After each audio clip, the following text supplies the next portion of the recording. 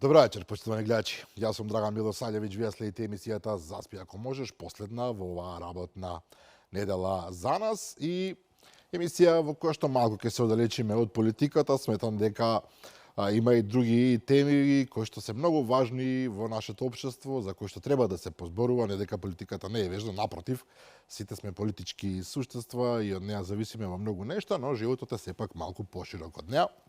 И за таа цел вечерва веќе будам една сосема поинаква тема.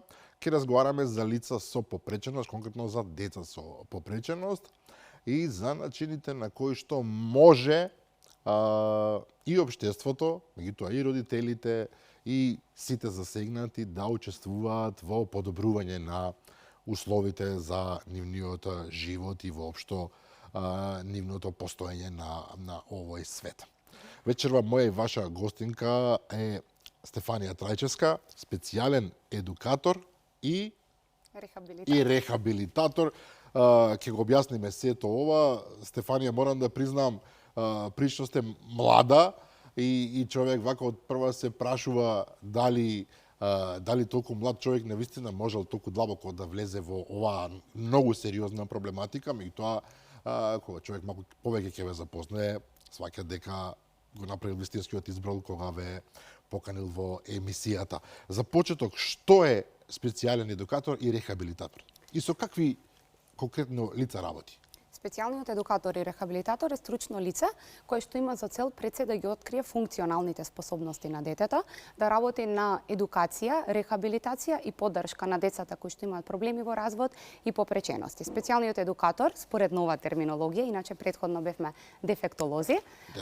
Да, кога јас тој термин го познавам, да. Да, кога јас се запишав на институтот, беше институт за дефектологија, меѓутоа кога дипломирав, бев на институтот за специјална едукација и рехабилитација, што навистина се радувам за овај термин. Ние работиме со слепи и слабовидни лица, глуви и наглуви, аутистичен спектар на нарушување, интелектуална попреченост, стари лица, лица кои што имаат церебрална парализа, различни синдроми, како и работиме на стимулација на детскиот развој, односно деца кои што се родени со некаков ризик фактор, со мала родилна тежина и слично, да има стимулација на развојот не значи дека детето мора да има некаква пречка за да работи со нас. Ова е огромен спектар на варијанти и проблеми со кои што работите вие при развојот на децата конкретно? Апсолутно. Јас секој пат кажувам дека специјалниот едукатор и рехабилитатор е човек кој што има супер моќ и навистина тоа го мислам така, иако сум релативно млада влезена во овај процес. Веќе тимот во кој што јас работам постои 5 години, претходно работев и во други места, имам доста искуство со овие дечиња. Навистина треба да имаме супер моќ, желба, љубов и трпение за да работиме со овие деца и искуството ми кажува дека ако не си добар практичар, ако навистина не познаваш оваа проблематика, не можеш да бидеш добар во третманот со овие деца. Меѓутоа, ние после нашето дипломирање сме, како што кажав, оваа голема група на луѓе ги зафаќаме, меѓутоа секој од нас знае на која страна влечи, што може да третира. Ги третираме сите состојби, меѓутоа нормално е дека нешто повеќе не влечи која би го третирале. Јас сум магистар по интелектуална попреченост и аутизам, па работам со рана интервенција. Најчесто работам со дечиња со аутистичен спектар, меѓутоа во центарот во кој што јас работам доаѓаат и различни состојби, така да третираме и различни состојби, синдроми и нарушување и стимулација. Ќе зборуваме главно за спектарот на аутизам, иако ќе се обидеме да опфатиме и други попречености, но ме интересира, спомнавте Тимота. Што е Тимота? Тимота е Центар за рана интервенција и стимулација на деца и возрастни. Е еден од првите центри кој веќе за скоро време ќе прави 5 години од нашето постоење. Почнавме Вие сте основач, така? Јас сум основач. Иако е, повторно ќе речам, чудно, но добро. Да, почнавме заедно со Викторија, јас како дефектолог, она како логопед, уште пред 5 години. Почнавме со многу мала бројка на дечиња, околу 3 до 5 деца. Веќе тимот ни брои околу 200 дечиња, сме 14 луѓе. 14 луѓе, 200 деца доаѓаат редовно? Редовно доаѓаат, го посетуваат нашиот тим. Нашиот тим се состои од специјални едукатори, рехабилитатори, логопеди. имаме психолози и педагози, како и воспитувачи. Во склоп на тимот имаме индивидуални третмани и имаме и дневен престој, како и мала група на дечиња кои што работат групно, значи 2 до 3 дечиња. Тоа е во склоп на индивидуалните часови, односно дечиња кои што доаѓале на индивидуални, па сега се на групни, и имаме дневен престој, односно како некоја мини градинка, ајде да кажеме понародно, каде што дечињата имаат одредени активности во склоп на денот, најчесто доаѓаат до 4 часа, меѓутоа имаме и дечиња кои што доаѓаат од 5 до 6 часа во склоп на еден ден, пропратно тоа имаат и индивидуални третмани. Така, ова е компликуван систем, ме интересира, го украдовте во наводници од некаде, од некоја по-развиена земја, каде што веќе се работи, или е баш оригинална идеја? Па, во Македонија сигурно е оригинална. После нашето отворање многу дефектолози и логопеди се охрабрија да почнат со работа, на кој што јас исклучително се радувам. Ова е работа каде што не треба да гледаме конкуренција, туку работиме со една Апсолутно, ова е прекрасно казано. Да, исклучително ранлива категорија, една категорија каде што нема играње. Ние треба детално да ги познаваме работите и заедно мултидисциплинарно да работиме. Меѓутоа, сепак морам да кажам, не е нешто на кое што треба да гледаме како бизнес и како ние да растиме или да се гледаме како конкурентни, туку треба на вистина да го разбираме ова што го работиме, да го сакаме, се со цел да им помогнеме на овие дечиња. Бидејќи ако ја немаме таа енергија во себе, нема шанси да ни бидат успешни третманите и исходот на крај да биде добар, затоа што дечињата знаат кој колку сака и кој колку може да им помогне. Претпоставам дека сега веќе влегување во интима, условно кажано, меѓутоа претпоставам дека оваа работа ви одзема не полно работно време, туку буквално целиот 24 часовен ден ви го обзема. Веројатно малку има време за приватен живот, ова е баш фокусирање на нешто од кое што нема нити сабота, нити недела, нити празник, нити викенд. Точно, многу е тешко. Сите тие работи последните неколку години скрос ми се изгубени, како што се зголеми бројката на дечиња кои што доаѓаат во нашиот тим, меѓутоа молитвите на крајот денот што доаѓаат, љубовта, искреност од сите тие родители кога има добар исход, не е нешто што не се купува со ниту едни пари, една валута. Значи се заслужува, оваа жртва го добива својот заслужено финале. И сега да ве прашам, бидејќи вие сте експерт главно за интелектуална попреченост, многумина и тоа во последниве години стана кај нас нешто како отворена сторија, аутизмот, бидејќи тој има широк спектар нели на варијанти, ако така смеам да кажам, некако претходно не знаевме дека постои аутизам. Така. Или воопшто знаеле тие што се занимаваат со работата, меѓутоа генерално не беше општествено познат како феномен, а потоа се создаде и слика дека имаме многу зголемен број на лица, на деца со аутизам. Прво, дали е тоа точно? Дали на вистина во 2025 година има повеќе деца со аутизам отколку во 1970, еве се, на памет зборам. Да, апсолутно, аутизмот од секогаш постоел, кај нас многу тешко се препознавал. За жал, во последните неколку години можам да кажам дека многу е зголемена свеста, бидејќи е зголемен и бројот на деца од аутистичен спектар на нарушување. Има ли објаснение зошто? Родителите се повеќе се исплашени од тој аутизам. Видете, многу фактори влијаат.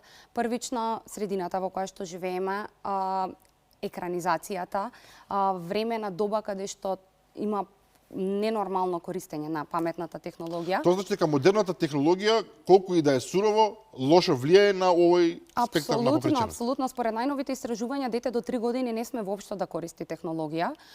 Посебно новите цртани кои што не се на наши јазик се направени со некои такви стереотипни движења, со некои бои кои што константно се менуваат, некои репетитивни движења, сето тоа го стимулира на мозочето буквално да не прави ништо.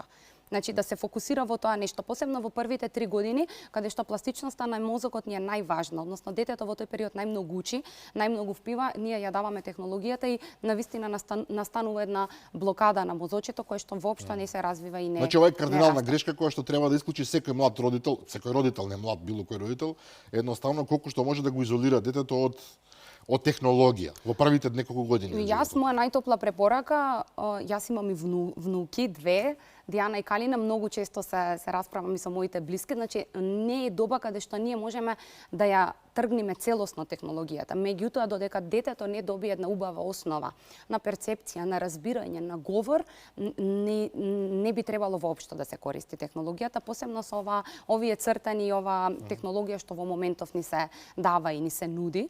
Така да, јас сум строга во тој дел целосно и не сум за воопшто користење до 3-та година, додека детето не почне да сврзува фрази, едноставни од 2 до 3 збора. Оние што природно доаѓаат на таа возраст, така. Да. И сега ме интересира, бидејќи ова е навистина многу широк спектар постои во аутизмот. Ние ги знаеме, не знам, од она време, од оној филмот Дождовен човек, тој е екстремен случај, така, на човек кој што, не знам, во свој возрастни години воопшто не може да се однесува според очекувањата на средината, од друга страна, не знам, може да преброи 250 кибричиња во една секунда, тоа е веројатно екстремен случај, до лица кои што се многу тешко забележливи дека навистина припаѓаат во тој спектар. И сега како еден родител и воопшто едно општество да знае кога одредено дете е навистина дел од таа попреченост или се во прашање резултат на погрешно користење на технологија, премногу оптеретување со непотребни информации и така натаму. Може ли ова да се детектира, да се разграничи јасно? Видете, за да дојдеме до таа рана интервенција, односно превенција на некоја симптоматологија, прво родителот треба да ги детектира, односно да ги забележи одстапките од кои што одстапува нивното дете во тој период. Например? Јас апелирам, значи, до сите родители, млади родители, идни родители, можеби веќе сум досадна со оваа моја теза, важно е да бидат во корелација со развојните фази на детето, односно да знаат во која фаза детето што треба да прави. И доколку во таа фаза нешто недостасува, многу е важно да не консултираате нас, за ние да дадеме насоки дали тоа треба да се превенира, дали треба да се работи или дали треба само да се стимулира дома. Многу е важно родителот да знае во која фаза што детето прави. Значи да забележи дали го нема показниот гест, дали изостанува контактот со очи, дали нема детето символичка игра, дали е во свој свет, дали јавува некои репетитивни движења, дали до првата година немаме никаков фонд на зборови. Пред да имаме фонд на зборови, детето треба да имитира, да перцепира, да ја разбира околината, па за да имаме продукција на говор. Дали моторните фази, односно со моториката, како е грубата, фината моторика, знам дека изгледа многу комплицирано. Ова е многу сложено, да, родител кој што апсолутно објективно и работи веројатно и домашни работи и сето детето му се разбира главна фокусација, меѓутоа вие се набројавте 10-15 работи кои што лесно би се збунил. Апсолутно. Меѓутоа сите Јас имам 2 деца кои што веќе не се толку мали, меѓутоа јас воопшто не сум забележувал во тие 2 години до толку многу, сакам да кажам. Дали е премногу да се очекува од родителите? Или е неопходно едноставно така стојат работите? Со зголемувањето на бројката, на преваленцијата, веќе родителите навистина се многу уплашени. И дури, имено? Апсолутно, и најмал симптом да забележат се јавуваат на консултација, дали тоа телефонски, дали ќе дојдат, дали ќе побараат развојна консултација, што јас навистина се радувам за таа рана интервенција. Се што е рано превенирано може и да се спречи за се понатаму што се случува. Тука во Скопје морам да нагласам дека пристапот е многу поотворен, родителите се многу поопуштени за разлика од малите градови каде што се уште постои стигмата на прикривање, моето дете не смее да биде, добро. Да, или каде ќе оди, дали ќе каже на некој сега терапевтот што се случува со моето дете. Јас сум од Струга и затоа го зборувам ова јавно и го потврдувам бидејќи сум имала искуство конкретно во мојот град. Тука во Скопје е поотворен пристапот, меѓутоа како што кажав, родителите и многу е важно и што е супер за сите родители дека колку забележат нешто да се консултираат. Сега многу е важно и родителите колку се вклучени дома, како тие пристапуваат и како тие работат. Не е само ајде сега детето има проблем ќе го однесам на консултација, и дома како се работи, дома како се стимулираат и дома како се однесува. Родителот веројатно е клучниот всушност во целата приказна. Вие помогнувате, меѓутоа родителот е тој што треба да ја обликува, ако смеам така да кажам, целата приказна, но тука имаме еден поинаков проблем, ако јас смеам да забележам, и самото рековте, без разлика што во Скопје се поотворени луѓето, сепак самиот момент на прифаќање дека со вашето дете нешто одстапува од нормалата, веројатно е компликуван за секој човек, затоа што сега, боже мој, колку и да звучи ова сурово, секој се надева дека неговите деца ќе бидат најубави, најпаметни, најдобри, и се ќе ги правиме фудбалери, не знам, и пејачки и така натаму. И кога ќе се соочите со оној момент дека вашето дете е под тоа што се очекува општеството, сосема е логично да дојде до еден вид на блокада, нервоза, неприфаќање можеби Апсолутно. Јас кога правам консултации, кога правам проценки, на крај на проценката и на консултацијата ми е прашање до родителот која е најголемата ваша грижа во моментов. И 90%, може би повеќе од 90%, родителите нагласуваат што ќе биде со моето дете, дали ќе оди во школа, дали ќе биде во брак, дали ќе се образова. Дали може да се очекувате со него стандарден живот, да речем. Тоа е буквално најголемата грижа кај родителите. Тоа не може никој да го гарантира. Или најчестото прашање за колку време моето дете ќе биде добро, за колку моето време дете ќе се очекува резултати. Но детето не е автомобил, не може вие да го смените карбураторот и тоа е тоа. Да, апсолутно. Не може никој тоа да им го гарантира и да им го каже. Важно е родителот да забележи дека детето не му тапка во место. Ние правиме програми, односно што се очекува тоа детенце за периодот од 3 до 6 месеци. Па потоа седнуваме со родителите, накнадно правиме едно родителско советување како они дома се однесуваат со детето, што забележуваат, како ја прави таа активност. Многу е важно, ова секој пат го нагласувам. Кога се почнува со таа рана интервенција, родителот да го погоди терапевтот. Добро, се ме збунувате како се погодува терапевтот. Ево идете, многу да, како кога се нема искуство и малце многу изгледа чудно сето ова. Видете, родителот многу е важно да му верува на терапевтот и терапевтот да има добар однос со детето. Да го сака да доаѓа, да сака да работи и да има насоки дома како да работи. Како што кажавте, родителот е тој што поминува најмногу време со своите дечиња. Ние сме тие кои што го водиме процесот, тоа е точно, меѓутоа немаме магични стапчиња сега за 45 минути 2 пати или 3 пати неделно на индивидуални часови да направиме детето кој знае што. Да. Ние го водиме процесот, ние даваме насоки, ние правиме нормално, меѓутоа родителите се тие кои што поминуваат најмногу. 24 часа се тие тука. Апсолутно, најмногу време. И терапевтот кој што ги дава насоките мора да бидат соодветни за возраста, соодветни за способностите на детето и да го обучи родителот како да работи дома. Затоа што вие може да го носите детето, еве ние сме приватна институција, работевме тоа и тоа е тоа. Но многу е важно за родителот кога ќе му кажам како тој да работи дома, што да направи дома, како да се однесува дома, бидејќи родителите. Тоа значи вие работите и со родителите. И со родителите, бидејќи родителите се многу изгубени во овој процес и понекогаш се и потешки од децата. Апсолутно. И навистина им треба насока. Меѓутоа да се навратам и на прашањето што ми го поставивте, родителите навистина поминуваат низ едни фази кога доаѓаме веќе до официјална дијагноза кај детенцето, поминуваат навистина на една фаза на шок, на фаза на негирање, на фаза на неприфаќање, па потоа веќе доаѓа последната фаза на прифаќање и тога се пристапува кон вистински третман, кон прифаќање на вистинските можности на детето, меѓутоа ние како специјални едукатори и рехабилитатори најважно ние да ги откриеме функционалните способности на детето, што детето може да прави, во што е најдобар и да го способиме да се снаоѓа во самото социјално поле. Некогаш бројките и буквите не ни се битни, битно ни е детето да знае да ги побара своите основни потреби, да знае да се снајде во социјалното поле и тоа ни е најважно кога се работи веќе за дијагнози. Рековте дека родителите во првиот период се шокирани, не веруваат, не прифаќаат. Така. Како се преминува од една фаза во друга? Затоа што вие кога се работи за било што друго, секој човек може да реагира на ваков или иначе. Кога се работи за сопствено дете, тоа е најтешката емоција, најдлабоката емоција. И сега вие треба да се соочите со фактот дека на ова дете му треба поинаков пристап отколку на другите деца. Да. Околината да не ја заборавиме, и роднини секакви, ние сме сепак мала средина сите заедно.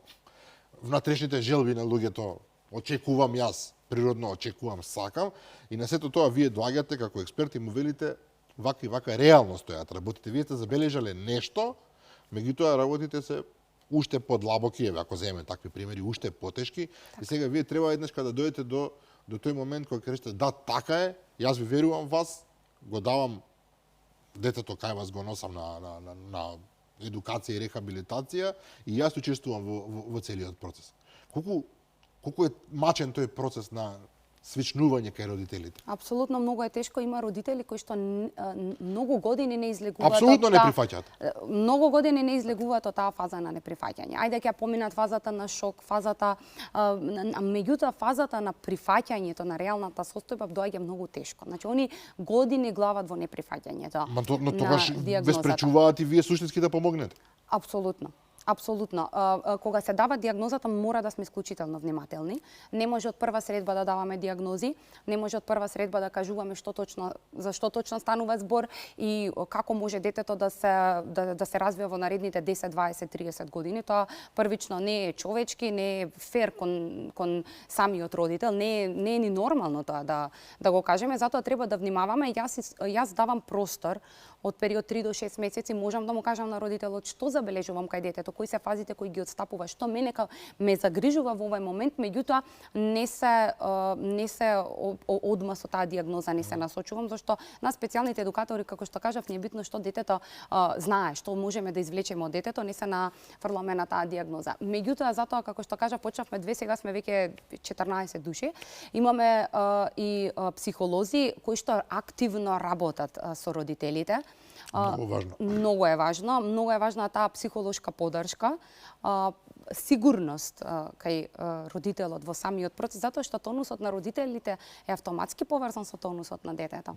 Доколку родителот нас не ни верува, нема да му биде ни убаво ни на детенцето. Просто ме чуди дека некој достигнал вакво ниво кај нас, навистина ви се воодушевувам за ова. Јас мислев дека само уште во американските филмови е толку тој процес затворен. Вие практично понудувате една цела затворена приказна во која што навистина сите заинтересирани страни можат да го добијат тоа што им е потребно, но да се вратиме повторно на родителите. Вие природно е да очекувате, да се надевате дека детето во наредните години ќе биде подобро, но размислувате во перспектива. Дали утре моето дете ќе има врска со лице од спротивниот фол.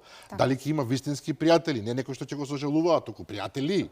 Дали ќе може да работи. Дали тој човек ќе биде човек што ќе може сам за себе да се грижи, или ќе морате вие да бидете со него доживотно, практично да го држите до себе. И сега, кога ќе им кажете дека дефинитивно за некое лице ќе бидат работите такви, односно дефинитивно ќе мора цел живот да биде зависно од вас, претпоставам дека тоа е многу поголема тежина отколку кај овие што им велите со повеќе труд и љубов ние ќе го изведеме на вистински пат. Сега јас малку компликувано прашувам, меѓутоа навистина е сензитивна темата и сензитивна темата и тука е јасен одговор, нема неутрален, или родителот ќе те прифати и ќе те сака и ќе бидеш најдобриот терапевт, или нема да бидеш соодветен терапевт за неговото дете. И тоа се случува, претпоставам. И тоа се случува, да. Во такви ситуации навистина нема неутрални родители. Или се оние кои што целосно ја прифаќаат состојбата и се некои што ќе ти бидат благодарни, или се некои што целата вина ја фрлат во терапевтот. И многу се случува тоа кај родителите. Виновен е дефектологот, виновен е наставникот, виновен е другиот родител, виновен е... А како се соочувате вие со тоа? Сега е повторно ова, бидејќи знаете дека го правите најдоброто што можете, се едуцирале за тоа, сте направиле и тим и така натаму, и едноставно ве отфрлаат, не знам како да кажам, ве пречкртуваат, не сте вие доволно добри за тоа. Тоа влијае на, претпоставам дека влијае и на вашата, можеби само доверба, но не само доверба, туку на целиот процес. Човек прашува што сгрешив сега. Апсолутно. Многу е тешко, посебно млад човек кога влегува во ова, многу е демотивирачки на некој начин. Го барам зборот, не ми текнуваш. Да, демотивирачки, меѓутоа кога знаете дека јас викам на крај човек кој ќе легне сам со себе и кој ќе знае дека е со чиста совест, дека направил се што може. Се што можел и со најнегови најчисти, најискрени намери, тогаш јас искрено веќе во последните 2-3 години не им се лутам на родителите. Едноставно тоа е нивна немок на некој начин. Ние како терапевти се правиме што можеме, се што е во наша моќ, меѓутоа некогаш не одат работите. Мислам и во секоја работа не можеме да бидеме најдобри, има некои што не сакаат, има некои што не сакаат, меѓутоа како што кажав на крај на денот е важно со каква совест си легнува еден човек. Ова одлично го кажавте и мислам дека треба да важи за секоја дејност, вклучително и за новинарите. Имаме разни колеги што тешко се соочуваат со фактот дека некој е подобар од нив, при тоа не мислам за себе. Се шегувам. Да се свртиме на децата, особено овие деца што се во аутистичниот спектар. Детекцијата, вие спомнувате рана детекција. Кога велите рана детекција, мислите во првата година од животот, во втората, во третата? Вака, кај нас постои уште стигмата дека после 3 години веќе треба да се третира, меѓутоа ние работиме уште од најрано. Значи доколку се забележат, како што кажа, во било кој период некаква симптоматологија која што ни најавува некое црвено знаменце, обавезно да се праша специјален едукатор и рехабилитатор и да се направи проценка на развој. Тоа значи на неколку месеци. И на неколку месеци. Значи возможно е тоа? Возможно е. Како детето бабла, како детето гуга, дали имаме она гугање на плачливо дете, значи апсолутно уште од самиот старт се забележуваат сите симптоми, затоа јас нагласувам нема точна возраст, во било која најрана возраст да забележат, обавезно да се консултира специјален едукатор и рехабилитатор. Бидејќи постои кај нас една развиена теорија на заговор дека од прилика на години неколку месеци кога се прима онаа вакцина МР, како ли се нарекува, токму во тој период се развиваат симптоми на аутизам. И затоа и се споени, предпоставувам, приказите дека вакцината е виновна. Не навлегувам во тој дел. Меѓутоа, тоа е веќе на години неколку месеци. Вие велите дека и порано може да се забележат. Апсолутно можат. На најмалото детенце кое што доаѓа во нашиот тим е 9-месечна детенце. 9 месеци работиме и за да работи со бебиња треба навистина да имаш искуство и да сакаш и да знаеш да работиш. Ви прашав како се работи со бебе. За ова вие што го работите, ова не е инекција да му ставите или не знам да му преврзете нешто, него ова е на ниво сосема поинаку, вие работите со неговото мозоче. Да, со неговото мозоче. Затоа викам уште од најрано јас викам јас немам деца, меѓутоа Господ кога ќе ми даде дете, уште од 2 месеци ќе го однесам во мојот тим кај различни терапевти за да го стимулира детенцето. Не мора да значи дека треба да има некаков проблем. Меѓутоа навистина е тешко со најрано да работиш. Многу е поедноставно дете кој што веќе има некој фокус да седнеш да средуваш некои работи, имаш одма фидбек со тоа дете. Меѓутоа она да го прозбориш, да му го зголемиш фокусот, рецептивно да развие. Како изгледа тој процес прво на диагноза воопшто, а потоа и на работа со овие деца? Вака, првично ние правиме консултации и развојни проценки. Консултациите се заедно со родителите, имаме кратка обсервација на детето, значи кратко го обсервираме детето и земаме анамнестички податоци од родителот, за разлика од проценката во која што се вклучени двајца терапевти. Едниот терапевт е со детето, го испитува во сите аспекти од неговиот развој, когнитивно, емоционално, фина, груба моторика, комуникацијата како му е, а ние сме со другиот терапевт е со двајцата родители или со едниот родител, зависно со кој доаѓа.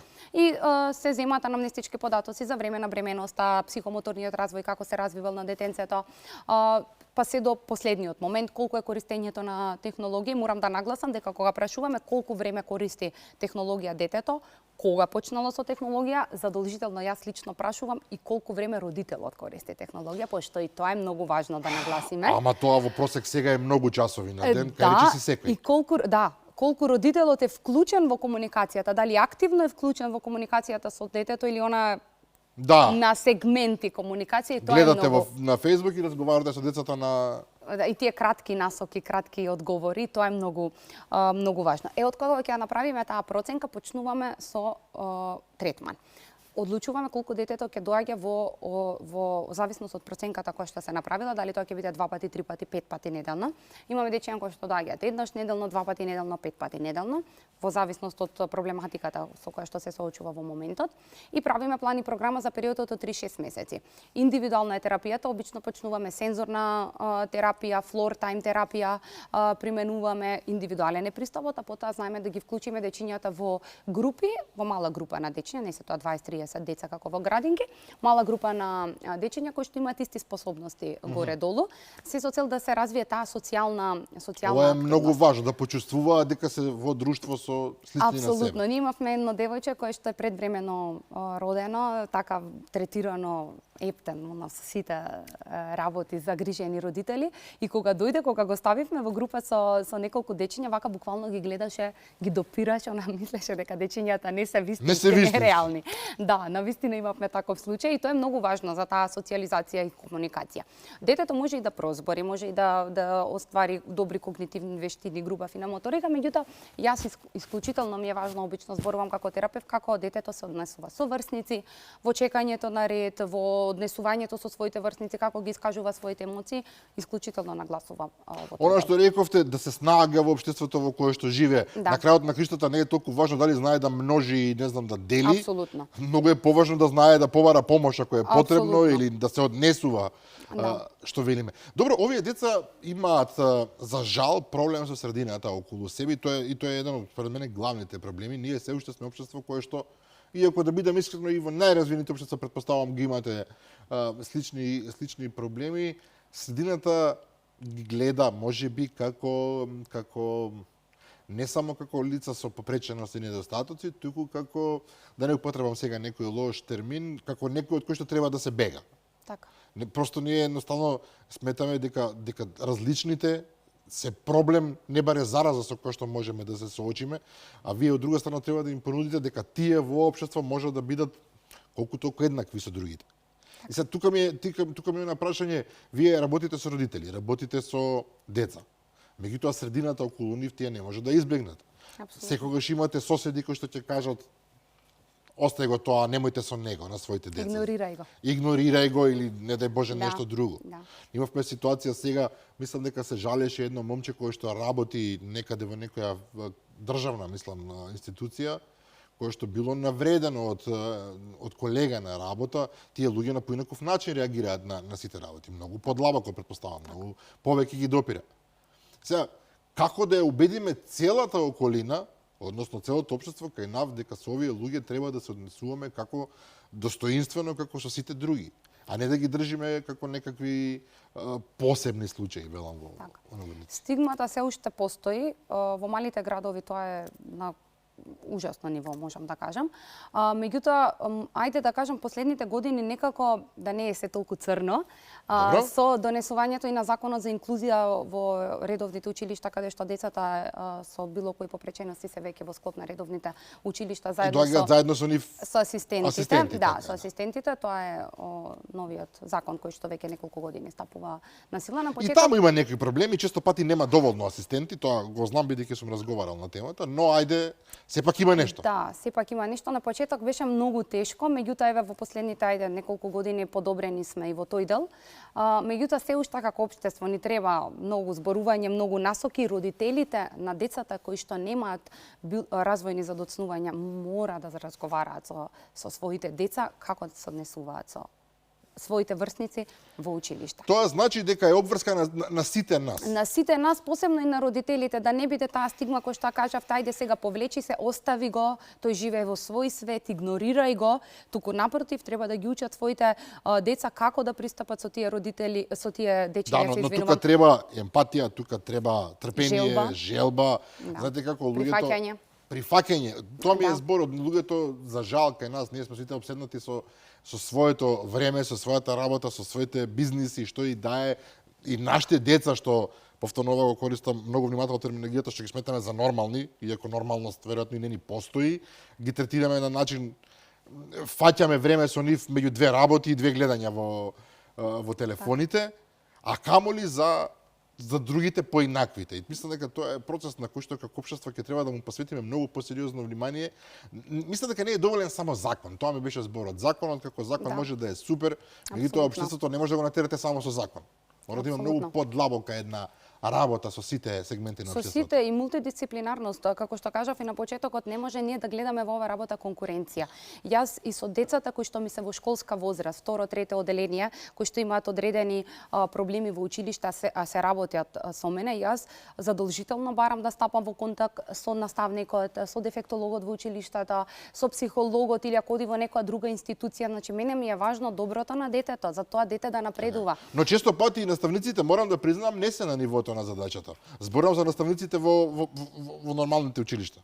Кога треба да работат со овие деца и тие се наоѓаат, ги прифаќаат од што мора, но не суштински. Не велам дека ова е генерално. Така. Меѓутоа знам и за такви случаи. Кога едноставно децата со попреченост интелектуална тука сме ги прифатиле дека од нема и каде, меѓутоа се оставаат. Не се трудат на вистина со нив. Немаат ни доволно знаење, немаат ни... Што е посебен проблем. Да, Затоа што јас сега размислам наставник по историја. Јас сум завршил историја, да кажам, никогаш не сум го работел тоа, но кога би бил јас професор по историја, јас не сум сигурен дека би бил способен да работам со лица од ваков спектар.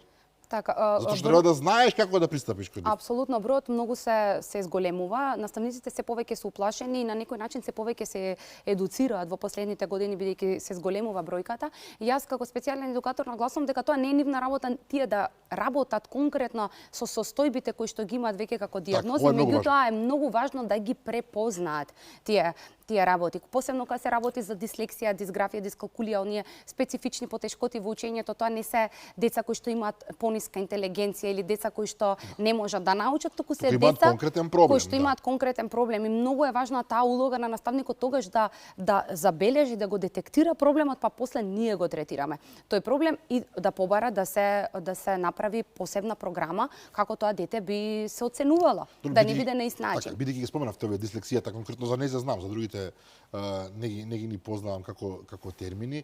Со нив, впрочем, детето може и да расте и да живее без никој да го препознае тоа.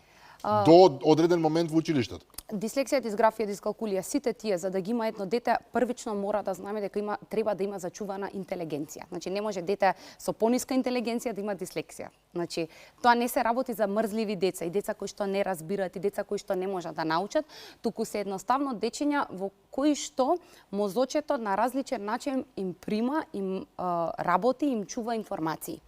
Значи не се работи за ниско интелигентни дечиња, туку за поинаков начин на примање. На примање на информацијата, на обработка и на чување на истата. Но тоа може да ги збуни родителите, тие да не разбираат што се случува. Апсолутно. А самото дете па апсолутно да не е свесно дека се разликува. И кога ви велите овој не може да чита. Зошто не може да чита?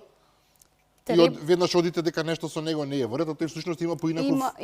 Да, апсолутно многу познати лица имаат дислексија што супер си функционираат во социјалното поле, дури високо образовани се на високи функции, значи не мора да значи дека дислексијата е проблем кој што ќе му наштети во понатамошниот живот, само на тоа дете му треба посебен пристап, поинакви методи, поинаков начин на учење на информацијата и задолжително психолошка поддршка да не се намали таа самодоверба и да не се јават додатни фрустрации. Добро, морам да ве прашам, како општество, колку сме ние дорастати на овие проблеми?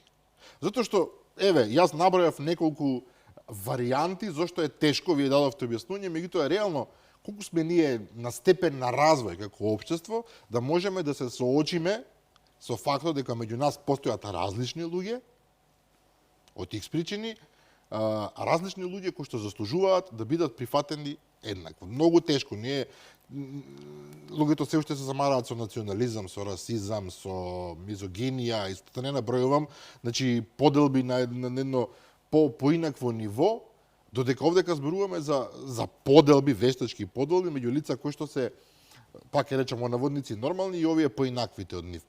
Колку општество според вас може да се носи со овој проблем? Не зборам тука за луѓето како вас, за луѓето кои што имаат обврска како наставниците да се снајдат како туку воопшто општеството, сите ние заедно. Ова е тешко прашање, знам. Многу тешко прашање и ми е жал што морам да го кажам, меѓутоа јас што забележувам дека кај луѓето постои доза на себичност.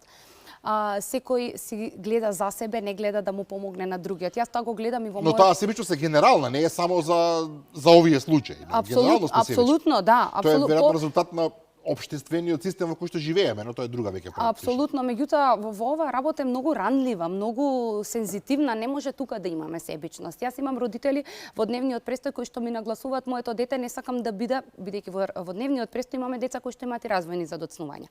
И сега ми се јавува родителот, моето дете не сакам да биде со тоа и тоа дете во иста група.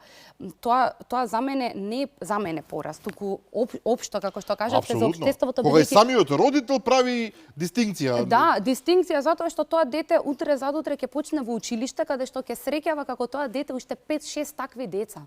И тоа дете треба да знае како да функционира со тоа друго дете. Јас сега имам искуство со родителите кои што доаѓале кај мене во тимот и имале искуство со вакви дечиња, односно нивните дечиња имале искуство со вакви дечиња, они се прекрасни во училиште. Они знаат како да пристапат со овие дечиња, како да им помогнат. Така да се почнува од себе. Од себе. Ова е порака за сите нас, веројатно. Да. Мораме да се менуваме како општество. Нема друг начин, едноставно цивилизацијска придобивка е ова, со кој што ние мораме да одиме во тек. Но кога сме повторно кај овие деца, може да зборувате за процент на успешност при работата со нив или не е тоа возможно воопшто да се... Затоа што сепак индивидуално, секој дете е посебна приказна, со посебна тежина на попреченост или на, не знам, на дисфункционалност, но можете да зборувате дека постои 20% и 50% успешност или не е возможно воопшто тоа. Ова како лаик го прашувам, навистина меѓутоа лаици се и гледачите. Кога зборувам за Тимота, имам една врата која што се вика Звездите на Тимота.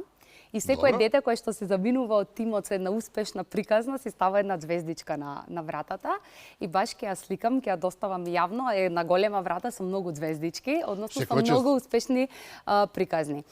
Имаме дечиња кои што имале на вистина сериозна симптоматологија на почетокот, меѓутоа сето тоа се надминало со активна работа и од наша страна и од страна на родителите.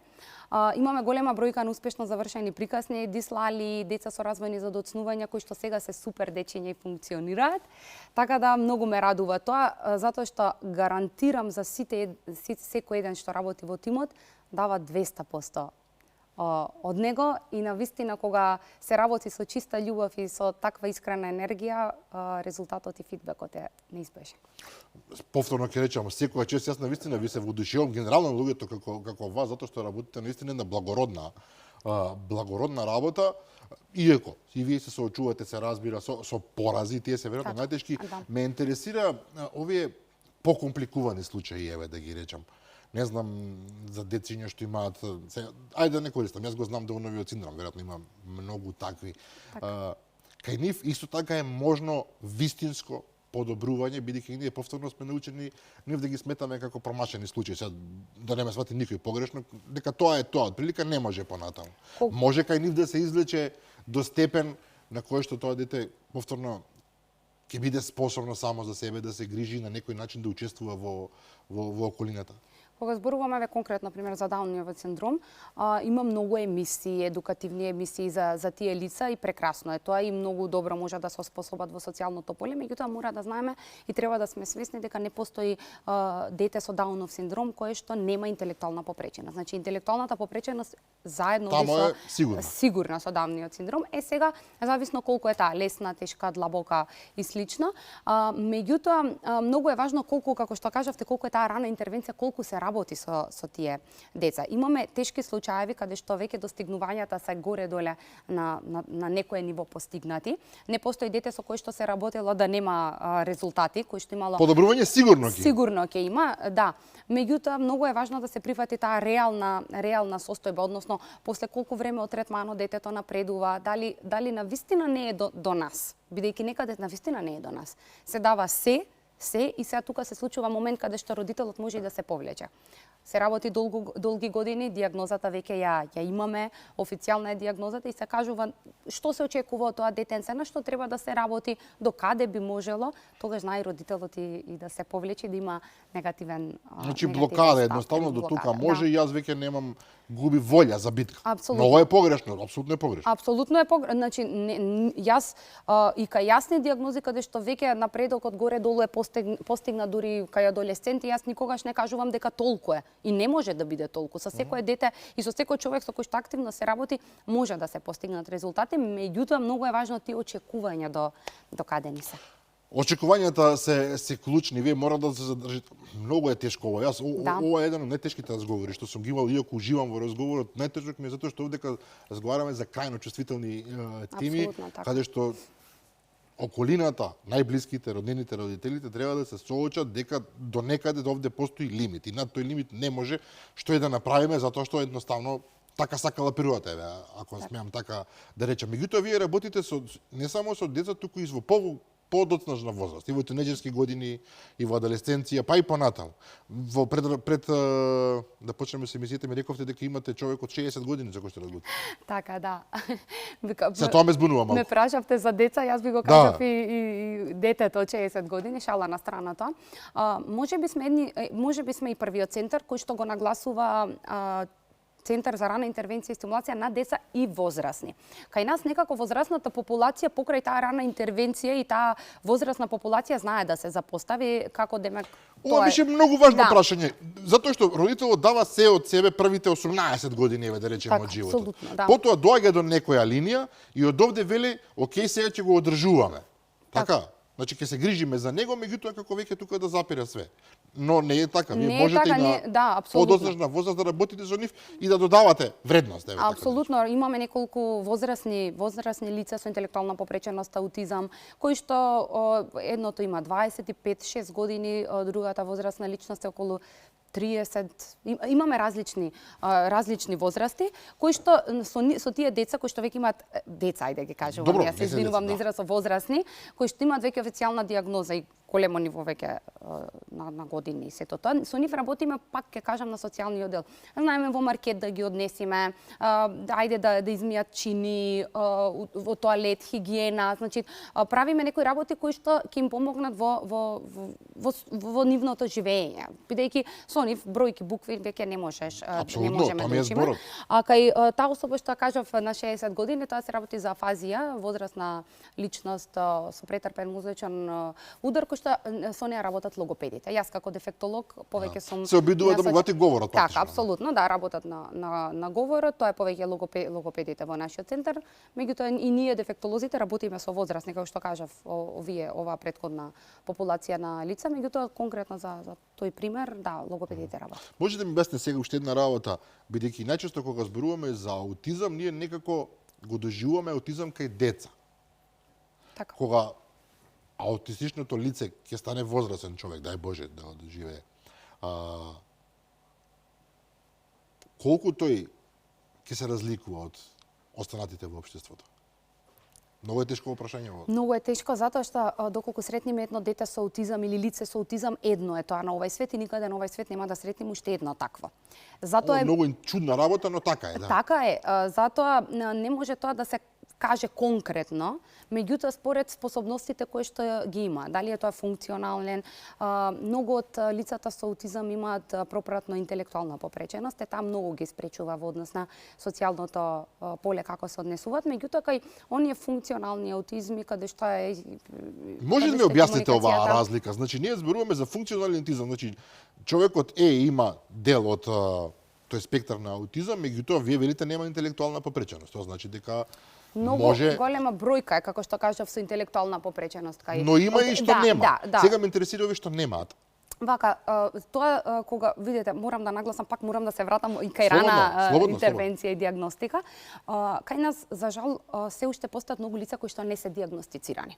Сега, Тоа например, значи дека некој човек може да го помине целиот живот без да се знае дека е дел од спектарот. За жал, да. Сега тоа сакав да се навратам. Доколку постои пример кај аутизмот кога го диагностицираме, кога зборуваме за класичен аутизам и она аутистичен спектар на нарушување кој што веќе се следел неколку месеци па ја се дава таа дијагноза, може до 3 години да се даде. Меѓутоа имаме некој подоцна дијагностициран аутизам кој што веќе има оспособено комуникација, значи когнитивно ги разбира работите, значи со тоа дете можеш да комуницираш. Меѓутоа кога доаѓа оној момент на социјално однесување, училиште, момент каде што се јавува таа поголема емпатија, емоции, тогаш веќе Кај нив недостасува. Да, недостасува и тогаш веќе имаме за таа подоцна дијагностика на тој, најде да не кажам скриен аутизам, меѓутоа подоцна дијагностициран аутизам.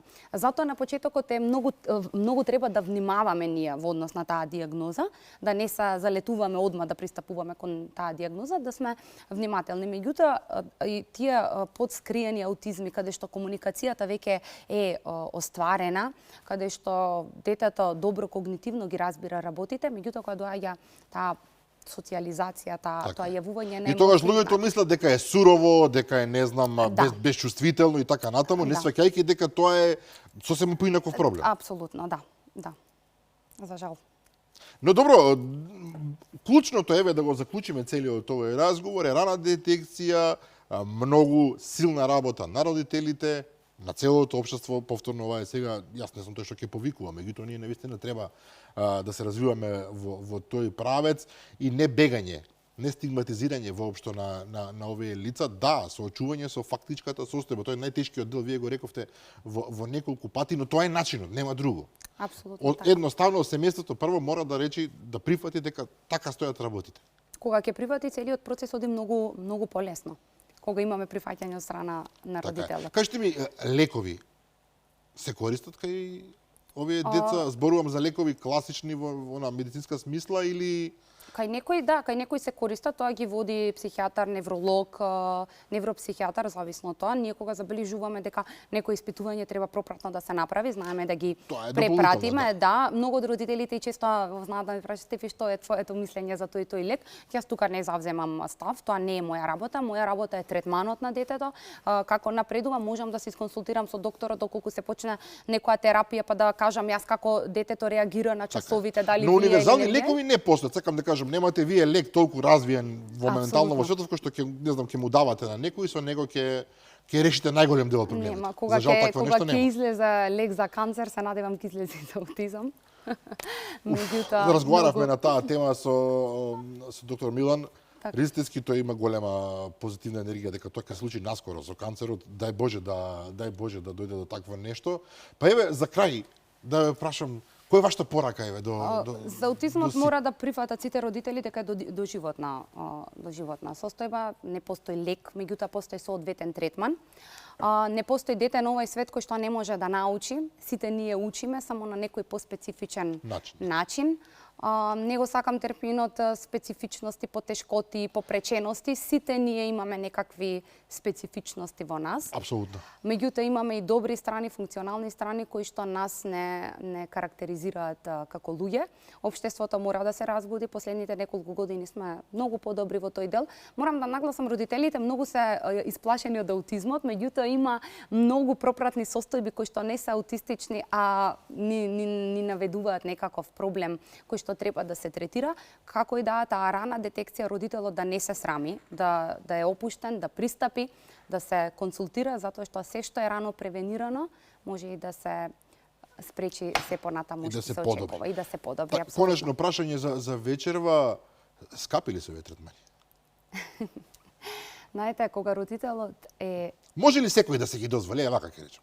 Вака, јас бидејќи доаѓам знам дека е сурово и вие сте од приватен сектор, но можат ли луѓето, затоа што веројатно ова прашање е клучно за многумина, можам ли да си дозволам моето дете да ги посетува овие третмани и да биде дел од тоа?